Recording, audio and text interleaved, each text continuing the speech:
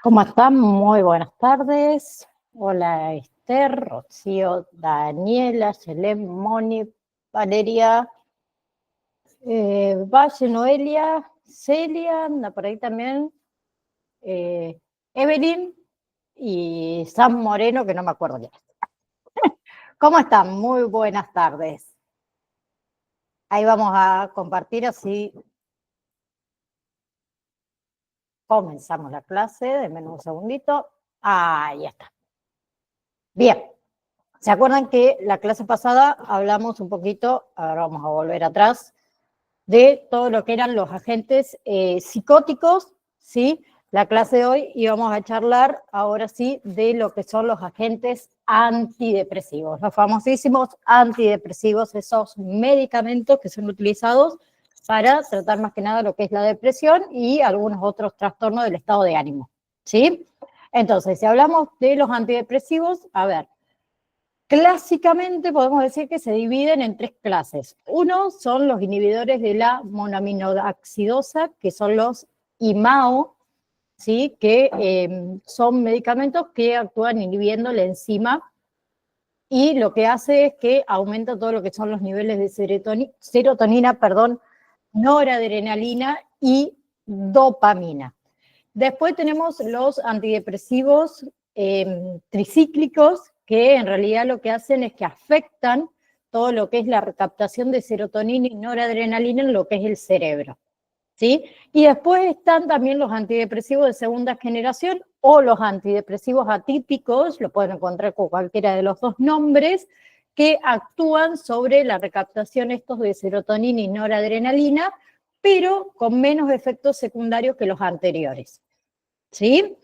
A ver, cada clase obviamente que tiene, como todo, sus propias características, sus propias, digamos, consideraciones, ¿sí? Si hablamos de lo que son los efectos adversos de los antidepresivos, obviamente que va a variar según el tipo de medicamento y según la persona, pero en general podemos estar hablando de sedación, ¿sí? Hay algunos antidepresivos que causan esto de somnolencia o cansancio, ¿sí? No todos.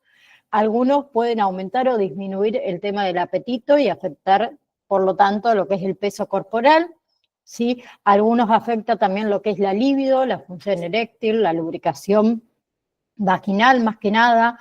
Otros pueden causar vómitos, diarrea, náusea, que esos son algunos de los posibles efectos secundarios, y también dependiendo del medicamento puede afectar el sueño, ¿sí? Algunos pacientes también pueden experimentar el tema de nerviosismo, inquietud, ¿sí? Por eso siempre digo que es importante esto de informar por ahí a los médicos sobre los otros medicamentos que la persona esté tomando para evitar el tema de las interacciones no deseadas, ¿sí? Algunos ejemplos, tenemos fluoxetina, ¿sí? Que se utiliza para tratar todo lo que es trastorno depresivo, trastorno obsesivo compulsivo, y se utiliza, por ejemplo, para la bulimia nerviosa, ¿sí? Después está paroxetina, que es bastante efectiva, podemos decir, contra la depresión, contra la ansiedad.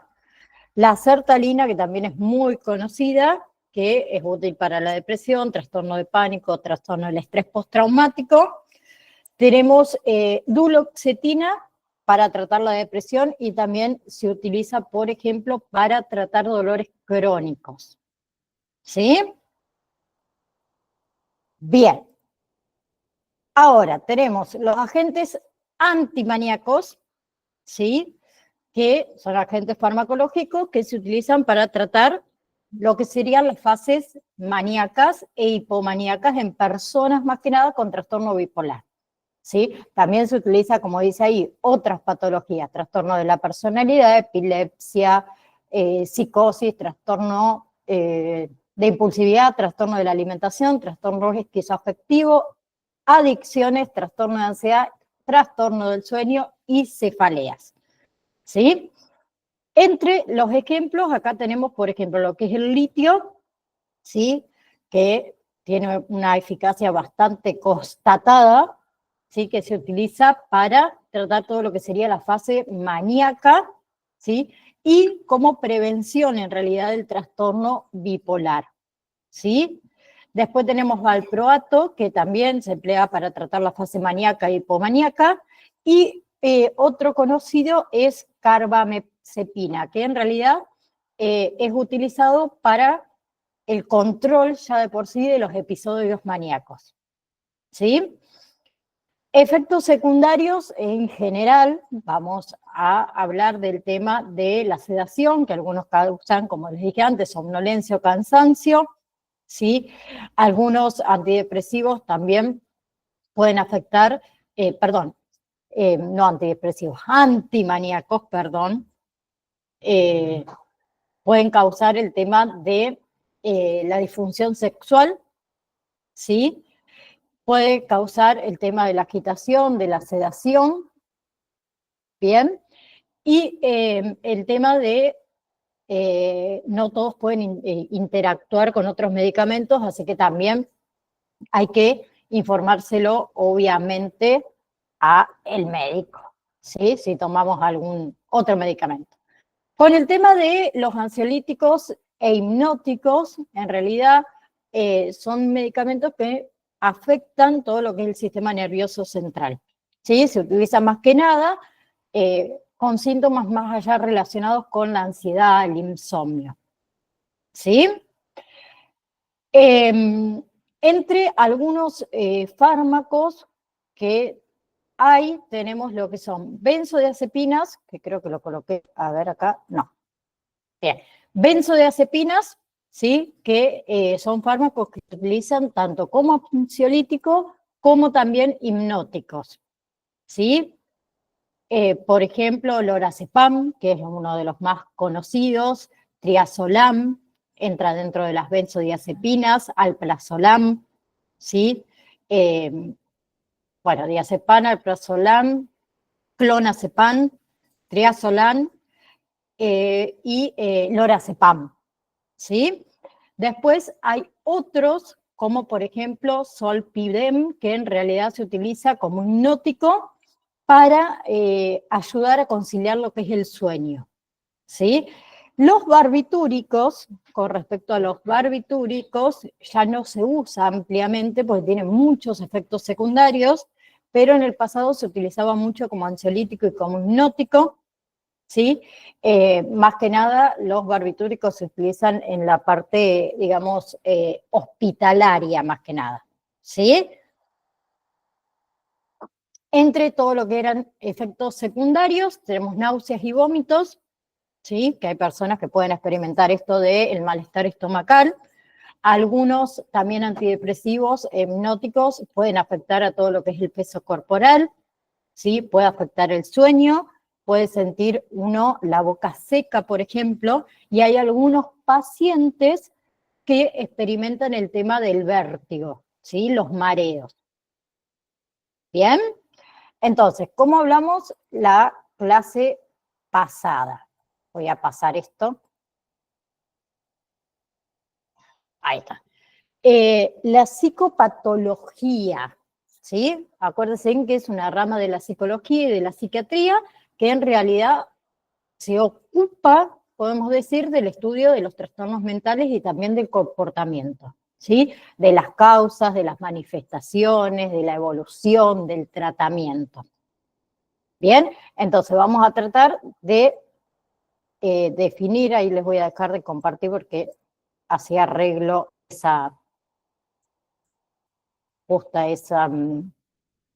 PowerPoint. Vamos a hablar entonces un poquito denme un segundo, de qué sería la psicopatología. Vamos a checar un poco que se me fue la letra, ahí está. A ver si los demás se ven bien.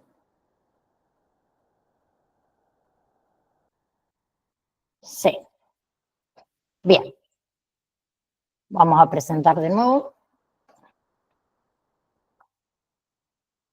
Ahí está. Bien, ahora sí. Bueno, me había quedado muy, muy grande y lo quería, ahí está, lo quería cambiar.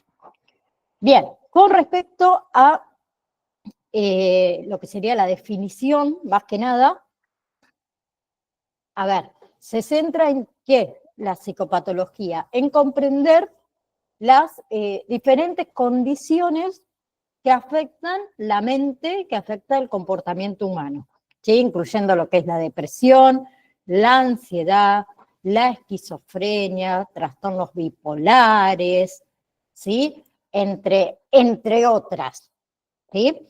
Entonces, ustedes vamos a tratar de ver la evolución, ¿sí? En la manera de entender la mente humana, ¿sí? Imagínense que desde que el ser humano existe, siempre ha habido personas que se comportan de una manera extraña para la gran mayoría o anormal, ¿sí? Entonces vamos a tratar de explicar la forma en la que la sociedad ha explicado, valga la redundancia, por qué alguien actúa así, ¿sí? Que cambió mucho en realidad durante lo largo de la historia, influenciado, por ejemplo, por la religión, por la ciencia, influenciado por la filosofía, influenciado por la cultura, ¿sí?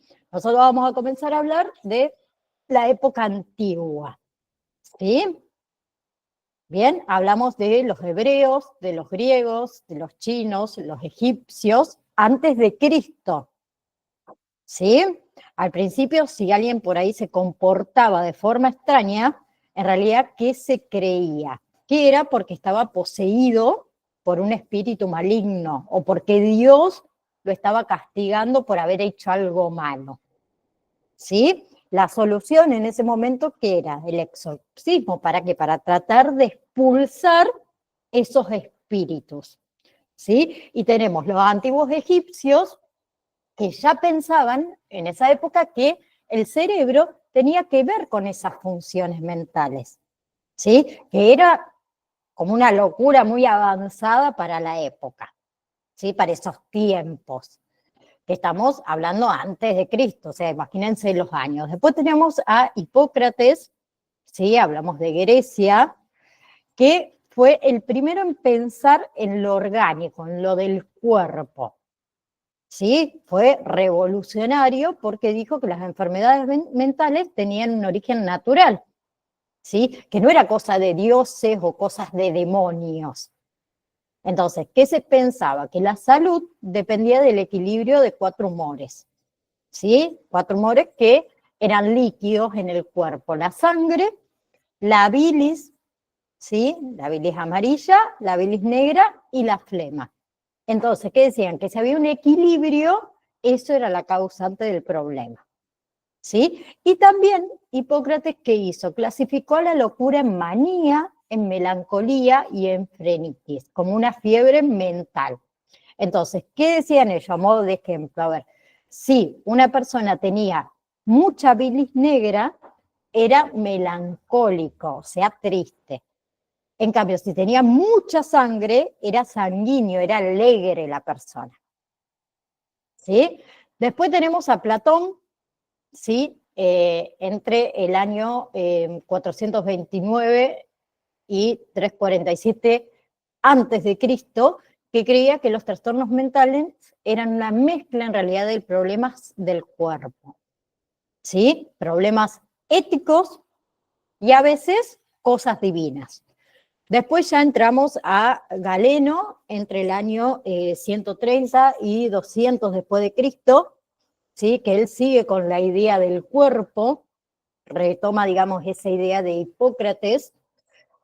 También dividió la causa de los problemas mentales en cosas del cuerpo, ¿sí? Como por ejemplo lesiones en la cabeza o cambios menstruales, y cosas de la mente, o sea, los miedos y también todo lo que tiene que ver con los desengaños amorosos. Luego entrando ya a lo que es la Edad Media, acá es una época donde la religión domina todo, ¿sí? Lo vamos a dividir en periodos. Tenemos el primer periodo, desde el siglo V en adelante, que al principio el enfermo mental era visto como una víctima del diablo, donde se le tenía lástima, ¿sí? Bien, pero se lo veía como tomado por el mal. Luego tenemos el segundo periodo, que es a partir del siglo XIII, que se lo veía como culpable. ¿Sí? Se empezó a pensar, en realidad, que la enfermedad mental era culpable de su propia afección, como un castigo de Dios por los pecados que había cometido esa persona o por haber hecho un pacto con el diablo. ¿Sí? Fue una época que fue como una tragedia, por decirlo, porque en realidad se calcula que hubo más de 100.000 personas acusadas de brujería, lo cual se asesinó, ¿sí? Y se creía que muchas de esas personas en realidad padecían de epilepsia o esquizofrenia, ¿sí? Después entramos a lo que es el Renacimiento y la Ilustración, ¿sí? Que fue como un despertar de la razón, que ahí tenemos a Burton entre el siglo XVI y el siglo XVII, donde empezó a mirar las causas en realidad psicológicas y sociales, ¿sí? No solamente lo físico o lo demoníaco. Y tenemos a Pinel, a finales del siglo XVIII y principios en realidad del siglo XIX, que es el padre de la psiquiatría moderna, ¿sí? Que fue un revolucionario, ¿sí?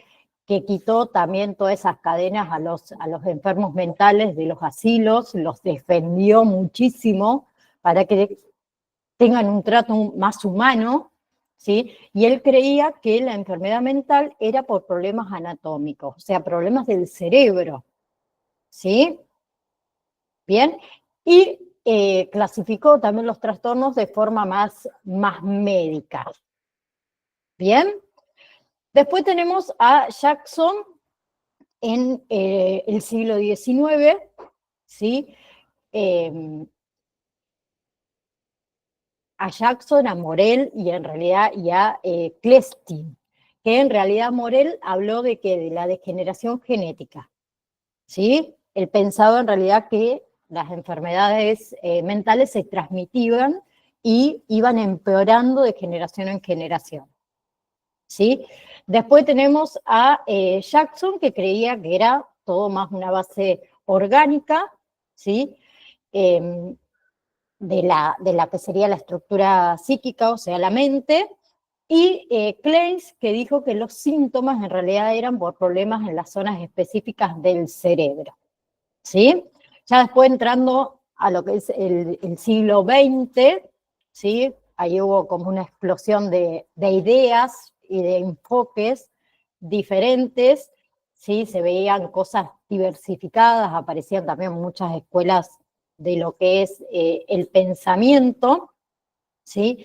Y tenemos a Meyer, que propuso una visión un poco más completa, donde decía que la enfermedad mental es una reacción total del individuo a las experiencias psicológicas, a las experiencias sociales y a las experiencias físicas, ¿sí? Ahí se empezaba como a considerar, ¿sí? Más que solo el cerebro, digamos, ¿sí? Después tenemos a Bumke, que en realidad él decía que ciertos problemas, como por ejemplo las psicopatías, como por ejemplo la neurosis, no encajaban bien en lo que es la palabra enfermedad. Y tenemos al famosísimo Freud con el tema del psicoanálisis, ¿sí? Con el inconsciente y todos sus conflictos internos, que él creía que esos trastornos venían de conflictos internos no resueltos, ¿sí? Entre diferentes partes de nuestra mente, como es el yo, ¿sí? De los deseos, el yo de la realidad y el super yo de las reglas. Entonces, ¿qué decía? Que cuando el yo se sentía amenazado, el yo de la realidad se sentía amenazado, que usaba mecanismos de defensa para distorsionar la realidad y hacerlo un poco más tolerable, ¿sí? Después también tenemos lo que es ahí el conductismo, que es una escuela que nació en Estados Unidos, ¿sí? Que decía que la conducta normal se aprende. ¿Aprende de qué? De la interacción con el ambiente. Entonces, si una buena conducta se aprende, una mala o anormal también se aprende, ¿sí? No aceptaba, el conductismo no aceptaba la idea de un origen físico de la enfermedad mental, sino de malos hábitos. ¿Sí? Sí, por ejemplo, a ver, si un niño aprende a gritar, o aprende, mejor dicho, si un niño aprende que gritando consigue lo que quiere, por ejemplo, ¿qué pasa? ¿Puede desarrollar un patrón de conducta normal? Sí. Después está la psicología de la Gestalt, ¿sí? Que actualmente es muy importante, que dice que las alteraciones en cómo nosotros pensamos, ¿sí? Todo lo que serían nuestros procesos mentales, en realidad son las causas de los trastornos mentales, no es solamente un síntoma. ¿Sí? Entonces, si una percepción de la realidad está distorsionada, nuestra conducta va a ser desadaptada. ¿Bien? Entonces, por ejemplo, a ver, si alguien interpreta constantemente una mirada ajena como una crítica, ¿sí? Que es un pensamiento distorsionado, ¿qué podemos desarrollar nosotros? Ansiedad, podemos desarrollar paranoia, ¿sí? Entonces, acuérdense que la psicopatología es una ciencia que describe, que estudia de forma científica los problemas en cómo funciona nuestra mente, ¿sí? Nuestros procesos psicológicos. Y también cómo obviamente todo eso afecta a nuestra conducta. ¿Sí? Noelia, decinos. Bueno, ¿me escuchás? Escucha. ¿Los trastornos mentales son hereditarios o no? A ver, hay algunos que tienen algunas causas genéticas, ¿sí? De genes, pero eso no significa que son hereditarios. Bueno, a mí me pasó que durante 5 años padecí ataques de pánico. Bueno, justo usted estaba hablando del tema de la medicación. Yo tomé durante 2 años escitalopram, que era un recaptador que vi que usted publicó de la serotonina. Después tomé diazepam, porque el clonazepam me pasaba que como que me sobreexcitaba o me ponía ese estado nervioso, entonces mi psiquiatra me dio diazepam. Yo tenía un terror terrible de viajar, entonces adentro de mi bolsillo siempre estaba el lorazepam, la pastillita esa que va abajo de la lengua. Cuando empecé con esto tenía 23 años, me acuerdo, y me derivaron a un psicólogo. La verdad que a mí el psicólogo en ese momento no me ayudó para nada, así que bueno, me derivaron a un psiquiatra, y cuando me medicaron, al mes la medicación me empezó a hacer efecto, y ahí como que me empecé a volver a ser yo, y ahí recién pude conectar con un psicólogo y buscar la causa de lo que me producía un ataque de pánico. Hoy en día, ya gracias a Dios, hace 5 años que no tuve nunca más un episodio, no recurro a la medicación, solamente a la meditación, y bueno, cuando me pongo nerviosa ya sé a qué se debe, así que, pero bueno, lo que usted está explicando me toca mucho, porque la verdad, toda esa medicación yo la tuve que tomar, ¿no? En su momento fue para mí lo mejor. Sí, sí. Sí, lo bueno, perdón, Noé, digo, lo bueno es que encontraste la causa, que eso es lo importantísimo, saber la causa, a ver, ¿qué me provoca a mí ese ataque de pánico? Porque tiene una causa. Sí, es verdad. ¿Sí? Mayormente lo que desconocemos. Por eso pregunto, porque hoy tengo 2 nenas y siempre pregunto, ¿es hereditario? No. El ataque de pánico no. ¿No? Ah, bueno. A ver, si hablamos, por ejemplo, de, Alzheimer, por ejemplo. En mi familia yo tengo mi abuela, por parte de mi mamá, y mi tío por parte de mi mamá, que padecieron los dos de Alzheimer. Es un factor que a mí me puede llegar a tocar, ¿sí? Que a mi hija le puede llegar a tocar. Es como un granito más de arena que le ponemos, pero eso no significa de que mi mamá vaya a tener Alzheimer, de que yo vaya a tener Alzheimer, de que mi hija vaya a tener Alzheimer y que sus hijos vayan a tener Alzheimer. sino que tenemos un factor de riesgo más, un granito de arena más ahí a toda nuestra genética. Lo mismo pasa, por ejemplo, con una persona que padece un cáncer. Eso no significa que porque mi mamá haya tenido un cáncer, yo voy a tener un cáncer. Sí, es un factor de riesgo más. Tengo más probabilidad de padecerlo. ¿Se entiende la diferencia entre lo que sería un hereditario y un factor de riesgo que es un condimento, por decirlo de una manera, extra que tenemos? ¿Sí? El tema no es, te voy a decir una cosa, el tema con los ataques de pánico es no transmitírselo a nuestros hijos. Está bueno que ya lo sepas controlar, que ya te des cuenta que te está por suceder, porque la idea es esa, aprender a ver qué me está pasando. Y estoy por entrar en una crisis.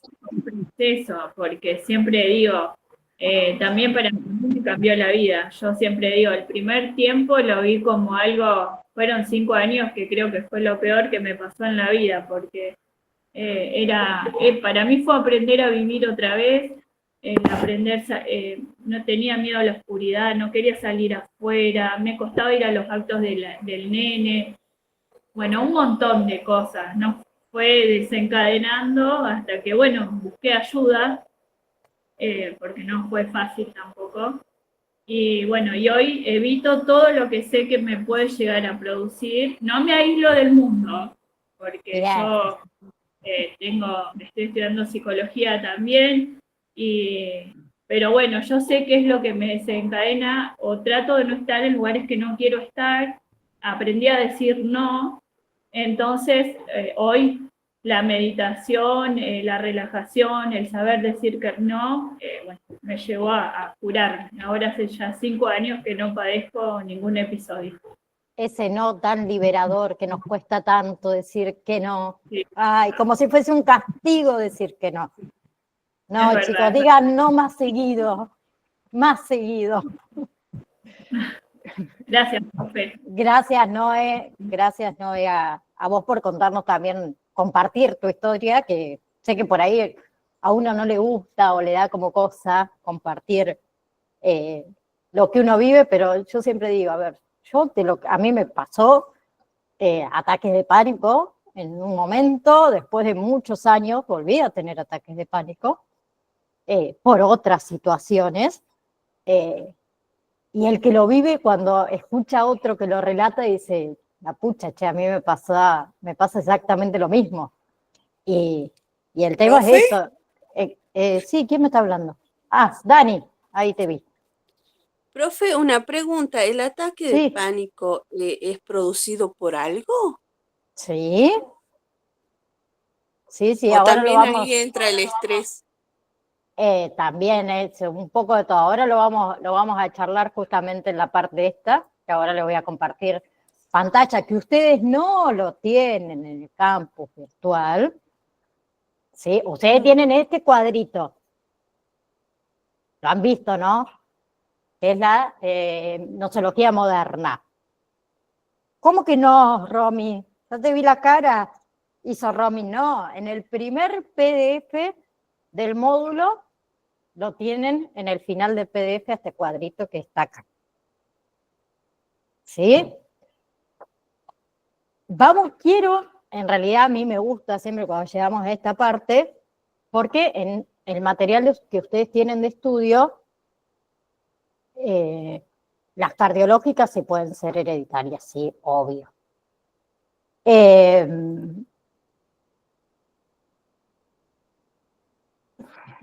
Bien, me gusta por ahí charlar un poquito de cada uno, desglosar un poco este cuadro que en realidad está todo dentro del Manual de Diagnóstico y Estadístico de los Trastornos Mentales, que ustedes lo tienen en material adicional abajo, todo en el campus virtual, ese PDF tan largo que tienen como 500 hojas. ¿Se acuerdan que yo les dije? No te entiendo, Esther. ¿Me hablaba a mí o no? No, Es que no sé, porque es la segunda vez que te escucho nombrarlo y no sé cuál es para buscarlo. Bien, ahora lo compartí. Esperen, vamos Sí, a... mi hija me dice, mamá, búscalo, decime, yo te lo imprimo de última vez. Pero lo vas a imprimir, mirá que es largo. Mi hija por su mamá hace lo que sea. Bueno, no dije nada entonces. Bueno, se van Es que creo que lo mencionaste en la clase anterior también. Se van al campus y abajo, yo creo que yo se los puse, ya veo que le estoy hablando y no está. Me río hasta mañana. Bueno, abajo de todo. No está. No, mentiras. A ver si acá está. Donde dice material adicional, tiene manual de diagnóstico y estadístico de los trastornos mentales de la Asociación Americana de Psiquiatría. Si ustedes lo abren, esperen que mi compu piense, tiene 490 hojas. ¿Sí? Es largo, pero ahí tienen todo. Todo, por eso yo les dije, ¿se acuerda que dije? El que puede, obviamente, que lo imprime, no hay ningún problema, pero el que no, lo guarda en algún lado, hagan Sí. toda la época. Tienen todo, características y diagnósticos, códigos, lo que se les ocurra está acá adentro. ¿Sí? Sí. ¿Bien? Perfecto. Ahora vamos a cerrar. Y el otro, lo que estamos viendo ahora está en nociones generales de psicopatología y psicofarmacología, y el cuadrito que yo les compartí está aquí abajo, la página 13. Ya que estamos, y ahora se los vuelvo a compartir. Bueno, quiero que charlemos un poquito o desglosar un poquito esto, ¿sí?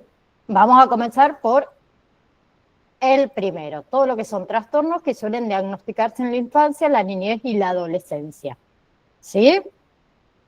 Que acuérdense que está todo en el Manual de Diagnóstico y Estadístico de los Trastornos Mentales de la Asociación de Psiquiatría Americana, que contiene en realidad ese manual descripciones, síntomas y ciertos criterios para diagnosticar los trastornos mentales.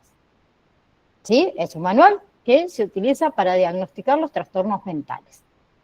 Bien, comenzando por el primero, ¿sí? Que ya no se llama así, se llama discapacidad intelectual, ¿sí? Es un funcionamiento intelectual situado significativamente por debajo del promedio, ¿sí? Que está presente desde el nacimiento o en la primera infancia. ¿Qué causa? Limitaciones para llevar a cabo actividades normales en la vida diaria, ¿sí? Todo lo que es discapacidad intelectual puede ser genética o consecuencia de un trastorno que va a perjudicar el desarrollo cerebral, ¿sí? La mayoría, por ejemplo, de los niños con discapacidad intelectual, no desarrollan síntomas evidentes, podemos decir, hasta alcanzar más o menos la edad preescolar, ¿sí? Cuando comienzan a escolarizarse, ¿sí? El diagnóstico se basa obviamente en todos los resultados de ciertas pruebas convencionales que se realizan, ¿sí? Es importantísimo el apoyo por parte de muchos especialistas, la terapia, la educación especial, ¿sí? Entre otros. Entonces, la discapacidad intelectual es un trastorno del neurodesarrollo, ¿sí? Como le dije antes, el término retraso mental, que se utilizaba anteriormente, ha adquirido, obviamente, que un estigma social indeseable. Por eso los profesionales de la salud lo reemplazaron por el término discapacidad intelectual, ¿sí? DI. ¿Bien? Si hablamos de esto, de la discapacidad intelectual, no es un trastorno médico específico, como por ejemplo la faringitis, la neumonía, ¿sí? Sino de la mente, de la cabeza, ¿no? como les dije antes, a ver, las personas afectadas tienen un funcionamiento intelectual significativamente bajo, ¿sí? Lo que es suficientemente grave para limitar toda su capacidad para afrontar una o más actividades de la vida diaria, o sea, las habilidades adaptativas, ¿sí? Las habilidades adaptativas en realidad se clasifican en áreas. ¿Cuáles son esas áreas? El área conceptual, que tiene que ver con la competencia en la memoria, la lectura, la escritura, las matemáticas. El área social, todo lo que son habilidades interpersonales, la comunicación, el juicio social, la conciencia de pensamientos y sentimientos, y todo lo que tiene que ver con el área práctica. ¿A qué hace referencia? Cuidado personal, por ejemplo, la organización de las tareas, ¿sí? La administración del dinero, la salud, la seguridad, ¿sí? Todas las personas que padecen de una discapacidad intelectual presentan diferentes grados de deterioro, ¿sí? Que puede ir desde lo leve hasta lo profundo, ¿sí? A ver, ¿qué más? Con respecto al apoyo, ¿sí? Hay personas que requieren más apoyo y otras que requieren menos. Con respecto al apoyo, también hay una clasificación que está el apoyo intermitente, que es cuando esa persona por ahí necesita apoyo, pero ocasionalmente, ¿sí? El limitado, ¿sí? Que necesita apoyo, como por ejemplo en un taller supervisado, ¿sí? El apoyo importante, que es el apoyo continuo diario, y lo que es el apoyo profundo, que es cuando la persona necesita un alto nivel de apoyo en todas las actividades, ¿sí? Necesita de cuidados especializados muy exhaustivos. Por eso le dije que puede ir desde leve hasta profundo, ¿sí? ¿En qué se basan para poder diagnosticar este trastorno, o esta discapacidad intelectual? En las puntuaciones obtenidas en todo lo que son las pruebas de coeficiente intelectual, ¿sí? Ustedes no sé si saben que aproximadamente un 3% de toda la población presenta una discapacidad intelectual, o sea, un coeficiente intelectual menor a 70. ¿Sí? Pero de ese 3%, el 1% presenta el tema de una discapacidad intelectual significativa, o sea, que requiere de apoyo constantemente. ¿Bien? Entonces, con respecto a la discapacidad intelectual, el origen, por decirlo de una manera, hay una variedad, circunstancias médicas, ambientales, algunas enfermedades son genéticas, ¿sí? Algunas se presentan antes o en el momento de la concepción, otras durante el embarazo, otras durante el parto, otras durante el nacimiento, ¿sí? Después hay factores comunes que afectan lo que es el crecimiento, el desarrollo del cerebro, ¿sí? Y incluso con todos los, ¿cómo decir?, los últimos avances en genética, ¿sí? En especial en todo lo que son las técnicas de análisis de los cromosomas, todavía no se puede identificar una causa, digamos, específica de la discapacidad intelectual, ¿sí? Pero como les dije antes, tenemos, por ejemplo, causas que pueden ocurrir antes de la concepción o durante la concepción, que son los trastornos hereditarios, ¿sí? Por ejemplo, hipotiroidismo, el síndrome del cromosoma X frágil, ¿sí? Después están todo lo que son anomalías cromosómicas, como es el síndrome de Down.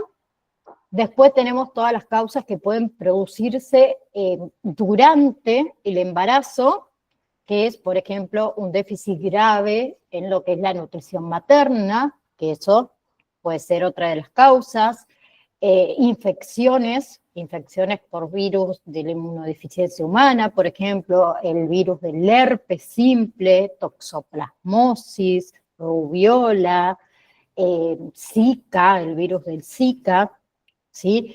El alcohol, o sea, el trastorno del espectro alcohólico fetal, algunos fármacos, ¿sí? Por ejemplo, valproato, el valproato, hay una posibilidad de que el niño salga con algún tipo de deficiencia intelectual. Después está finotoína, que también es otro de los fármacos que por ahí puede afectar el tema de ciertas sustancias tóxicas, como es el plomo, ¿sí? Después tenemos todo lo que es, ¿cómo decir?, desarrollos anómalos del cerebro, ¿sí? Preeclampsia, por ejemplo, nacimientos múltiples, los gemelos, mellizos, ¿sí? Después hay algunas causas durante el embarazo, que es, por ejemplo, hipoxia, o sea, la falta de oxígeno, ¿sí? Haber nacido prematuramente muy extrema, ¿no? ¿Sí? Hablamos 5 mesinos, 4 mesinos, ¿sí? Muy, muy pequeño. Después hay algunas causas que se pueden dar después del nacimiento, ¿sí? La meningitis, encefalitis, que son todas infecciones del encéfalo, algún traumatismo craneal grave, algún déficit nutricional en ese niño, ¿sí? Después tenemos todo lo que es maltrato psicológico, verbal o físico, ¿sí? Tumores cerebrales, el tratamiento, bien, que pueden ser algunas causas, ¿sí? El mercurio, el plomo, esos venenos que también pueden ser causantes, ¿sí? Ahora, ¿se puede presentar anomalías en una persona con discapacidad intelectual? Sí, hay algunas anomalías que son evidentes al nacer o poco tiempo después. Que esas anomalías pueden ser físicas o pueden ser neurológicas, ¿sí? Por ejemplo, ciertas características faciales por ahí inusuales. Por ejemplo, el tamaño de la cabeza muy grande o lo contrario, muy pequeñito, ¿sí? Malformaciones en las manos, en los pies. Bien, después hay niños que tienen un aspecto normal, ¿sí? Pero presentan otros síntomas, otros signos, mejor dicho, de esta enfermedad grave. Por ejemplo, convulsiones, vómitos, olores anómalos en la orina, pueden tener trastornos en la alimentación, en el crecimiento normal, ¿sí? Después, por ejemplo, en los primeros años de vida, muchos niños con alguna discapacidad intelectual mucho más grave tienen el tema de un desarrollo motor tardío, ¿sí? Son lentos, por ejemplo, para sentarse, para levantarse, para poder rodar en sí mismo, ¿sí? Pero como le dije antes, la mayoría no presenta síntomas por ahí bastante perceptibles hasta lo que es el periodo preescolar, ¿sí? Excepto estos niños que tienen, obviamente, esa discapacidad mucho más grave, ¿sí? Por lo general, el primer problema que por ahí notan los padres, ¿sí? Es en el desarrollo del lenguaje, ¿sí? Son lentos para usar palabras, para unir palabras, para hablar con frase completa, ¿sí? Que mayormente ¿a qué se debe eso? A el deterioro cognitivo, ¿sí? Y a las deficiencias obviamente del lenguaje que los lleva a un desarrollo social mucho más lento, ¿sí? Pueden ser lentos, a ver, por ejemplo, para aprender a vestirse, para aprender a alimentarse, ¿sí? Y muchos padres no consideran el tema de esta posibilidad de una deficiencia cognitiva hasta que el niño está en la escuela, ¿sí? O en preescolar. Bien, y ahí se puede demostrar una incapacidad para mantener esas expectativas normales para la edad, ¿sí? Después ellos son también mucho más propensos por ahí, como les dije antes, a tener problemas de comportamiento, ¿sí? Como son esas crisis explosivas, esos comportamientos agresivos, autolesivos, ¿sí? Que son conductas, podemos decir, que se relacionan más frecuentemente con situaciones frustrantes específicas, ¿sí? Por ejemplo, con el tema de la incapacidad, de comunicarse, de controlar esos impulsos, ¿sí? Son niños que pueden ser muy inseguros, ¿sí? Para su edad. Son niños que son fácilmente víctimas de otros que se aprovechan de ellos, ¿sí? O se dejan llevar a comportamientos o a conductas improcedentes, ¿no? ¿Sí? Para diagnosticar, detección prenatal se puede realizar todo lo que es pruebas de cribado del desarrollo, pruebas formales intelectuales y pruebas de habilidades, ¿sí? Pruebas de diagnóstico por imagen, pruebas genéticas y pruebas de laboratorio. ¿Sí? Bien, en realidad con respecto a el cribado prenatal o la detección prenatal, ¿sí? Que hace antes del nacimiento y en realidad ¿qué hace? Determina si el feto presenta ciertas anomalías, ¿sí? Incluyendo todo lo que son trastornos genéticos, que eso puede causar el tema de la discapacidad intelectual, ¿sí? Con respecto al tema de autismo, después cuando lleguemos vamos a charlar. Ahora seguimos con problemas de aprendizaje, vamos en hilerita, ¿sí? Con respecto a todo lo que tiene que ver entonces con problemas de aprendizaje, afecta, como dice la palabra, la capacidad de aprender, ¿sí? Que puede causar problemas para comprender, por ejemplo, lo que las personas dicen, a hablar, a leer, a escribir, a resolver problemas matemáticos, a prestar atención, ¿sí? Mayormente los niños tienen más de un tipo de trastorno de aprendizaje, ¿sí? También pueden tener otra afección, como es el trastorno por déficit de atención e hiperactividad, que lo hace aún más difícil aprender, ¿sí? Y todo lo que es el problema de aprendizaje no se relaciona con la inteligencia, ¿sí? Son causados en realidad por diferencias en la estructura del cerebro, ¿sí? Que afecta, digamos, o la forma en la que el cerebro procesa la información, ¿sí? En general, todas esas deficiencias están presentes desde el nacimiento, ¿sí? Pero hay algunos factores que pueden contribuir, como dije antes, el tema de la genética, el tema de la exposición a ciertas sustancias en el ambiente, como es el plomo, y problemas durante el embarazo, ¿sí? Por ejemplo, abuso de sustancias cuando la mamá está embarazada, ¿sí? Bien, a ver, la mayoría de los niños tienen por ahí dificultades para aprender o para usar las habilidades académicas. Pero ¿qué pasa? Cuando esos síntomas duran aproximadamente más de 6 meses, ¿sí? No mejora con la ayuda de los adultos, el niño podría tener un trastorno del aprendizaje, ¿sí? Algunos de los síntomas en sí que se presentan es el tema cuando el niño, por ejemplo, no domina las habilidades de lectura, de ortografía, de escritura, de matemática, ¿sí? En los niveles de edad, en los grados esperados, cuando tiene dificultad para entender o para seguir instrucciones, cuando tiene problemas, por ejemplo, para recordar lo que alguien le acaba de decir, ¿sí? Cuando tiene falta, por ejemplo, de coordinación al caminar, ¿sí? O al hacer algún tipo de deporte, o cualquier cosa con los músculos pequeños, como por ejemplo, poder sostener una lapicera o un lápiz, ¿sí?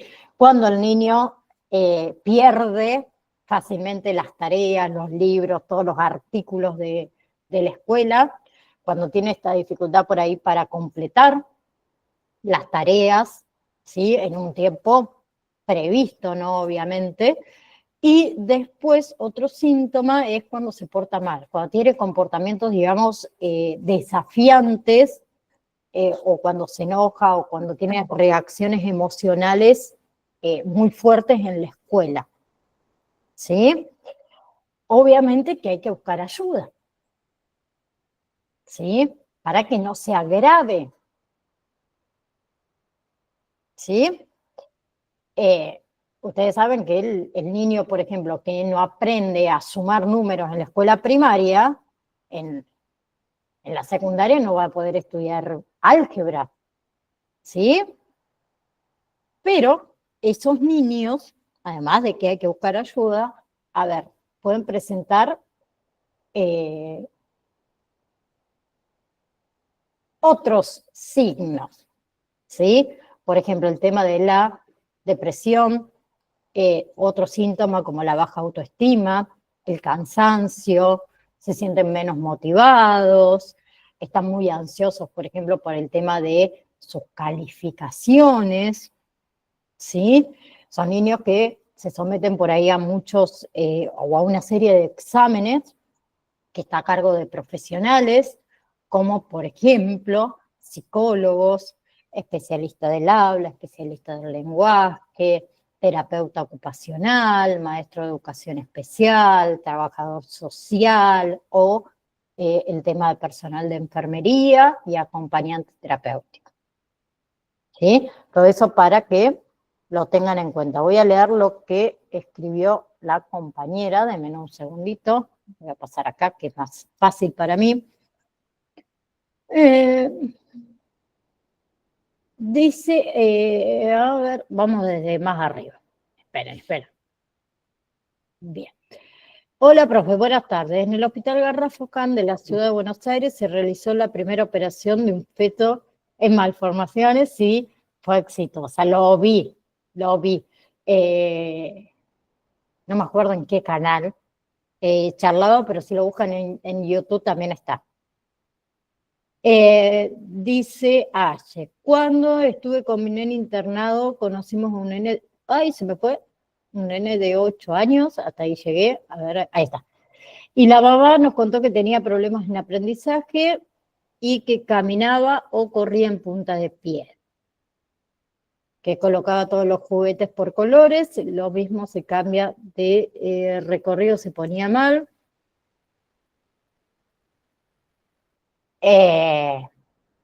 A ver, les pregunto a ustedes, dice que la mamá dice que tiene problemas de aprendizaje, signos y síntomas, camina en punta de pie, coloca todos los juguetes por colores en orden. Si le cambian algo, se pone mal. ¿Qué le diagnostican? Más que ¿Autismo, profe? trastorno de aprendizaje puede tener con autismo, exactamente. Exactamente, obviamente que todo eso lo va a ver los profesionales, pero si yo les tiro esos datos que escribió la compañera, lo primero que se nos viene a la cabeza, autismo. Exactamente. Bien, obviamente que lo vamos a seguir la clase que viene. Nos queda ver de los trastornos que suelen diagnosticarse en la infancia, la niñez y la adolescencia, autismo, ahí entramos de lleno, y trastorno por déficit de atención con hiperactividad. ¿Sí? Que quiero que lo charlemos. Y después vamos de ahí para abajo. ¿Sí? Voy a tratar de hacerlo lo más corto posible, pero es algo que me gusta darlo y no puedo hacerlo más corto, chicos. Demasiado resumido se lo estoy haciendo. Pero cualquier cosa, yo sé que ustedes lo preguntan. Entonces, la clase próxima le vamos a responder a Evelyn con respecto a también, de paso, un poquito, herramientas que tiene el acompañante terapéutico para poder abordar en general, vamos a hablarlo con respecto a los trastornos que suelen diagnosticarse en la infancia, en la niñez y en la adolescencia. ¿Sí? ¿Les parece? Sí, profe. Bien. Hoy comienza el recuperatorio 3, acuérdense, 23 y 24 de junio. ¿Hicieron el examen 3? Sí, profe, lo hicimos. Sí, profe. Todavía nos sale humo. ¿Cómo humo? No, bueno, no importa. Hagan el recuperatorio y si no me escriben. Yo acá, después vamos a hacer, vieron que está el cuadernillo de lenguaje de señas abajo de todo. Porque ya yo intento descifrar, pero me imagino que sí, que no, que quedamos ahí en el medio, vamos para el costado, no sé dónde vamos. Bueno, cualquier cosa, me escriben, ¿sí? Acuérdense que tienen el recuperatorio. ¿Bien? Sí. Hoy estoy muy nerviosa. Bueno, repasá hoy, Esther, y mañana lo hacéis. Y si no, me escribís.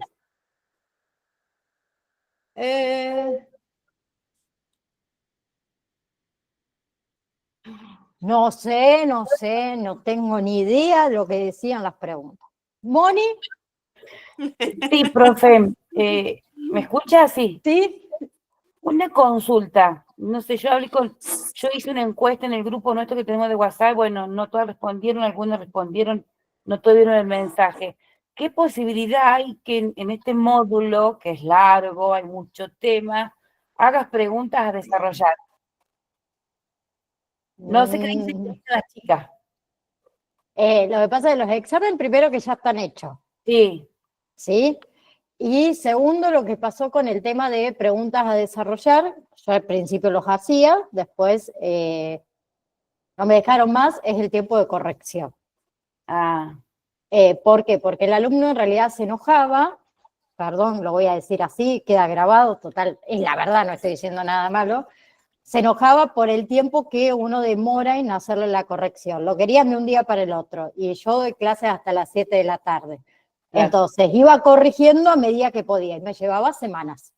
Y Entonces sí. se me terminaba enojando el alumno, por eso dejé de hacer el tema desarrollar. Ah, bien. ¿Sí?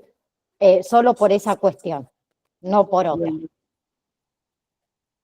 Eh, Bueno, listo. Pero vemos, total, Moni, falta un montón Sí, sí. para el módulo número 4. Después a lo mejor se me agarra la chiripiorca y ni siquiera se los tomo, no saben ustedes Ay, cómo qué soy bueno, yo. profe. Daida, queda grabado, acordate. Después lo charlamos, total, falta. Bueno. ¿Sí? Les mando...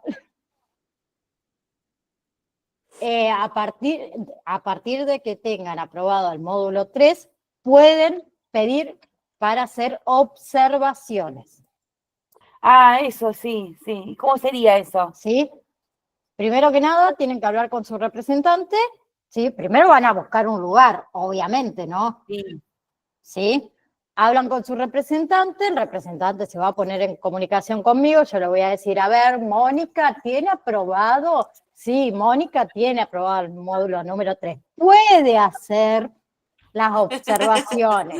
Entonces le va a mandar la carta de presentación para que ustedes presenten en la institución donde quieran hacer las observaciones. Bien. ¿Sí? Hay Bien. instituciones que te dejan estar 2 o 3 días, y otros que hubo alumnos que estuvieron todo el mes. Bien. Solo ¿Sí? observar. Observaciones. Después, si el acompañante terapéutico te deja realizar alguna práctica, ya corre por cuenta de ese acompañante terapéutico que está en la institución. Bien. ¿Sí? Listo. Bien. Romy. Acá hay una escuela que se puede observar, se llama Soy Feliz. Bueno, anda preguntando, si podés. Y las Listo. fechas. ¿Sí? Bueno, siempre que manden la autorización. Primero, averiguá si te dejan realizarla, porque desde la institución te van a pedir qué instituto o a qué lugar vas a ir a observar para enviarte la carta y que vos la presentes. Si no, hay otro instituto, pero no sé cómo se llama, que tiene toda las patologías o la discapacidad que vamos viendo. Bien, ese, fíjate vos, presentar los dos, preguntar los dos, después podés elegir. O Donde podés yo, ir una semana a uno y una semana al otro. claro, donde yo vivo no tengo. Tendría que irme a otra ciudad, a Marco Juárez o no sé dónde. ¿De dónde sos, Moni? de Zaira, provincia de Córdoba. Ay, de Zaira. Es un pueblito muy Sí, chiquitito. si muy yo chiquitito. conozco, si nosotros somos, en realidad somos oriundos de Las Parejas. Ah, mira vos. Estamos ahí nomás, no te Estamos creas que estamos cerca, tan sí, lejos. sí. Estamos en Estamos Rafaela, cerca, pero sí, somos sí. de Las Parejas, por eso conozco. Sí, en Marco Juárez hay varios. Sí, Hay sí, varios. sí. Tendría que averiguar. Bien. Bueno, chicos, me retiro, se me pasó 4 minutos, me está esperando el otro curso ahí. Es decir, la profe no viene más. No tiene ganas, hoy muy lunes, muy lunes. Nos vemos la clase próxima, ¿sí? ¿Listo? Un beso enorme a cada profe. uno de ustedes. Chao, Chao, profe. chao. Chao, profe.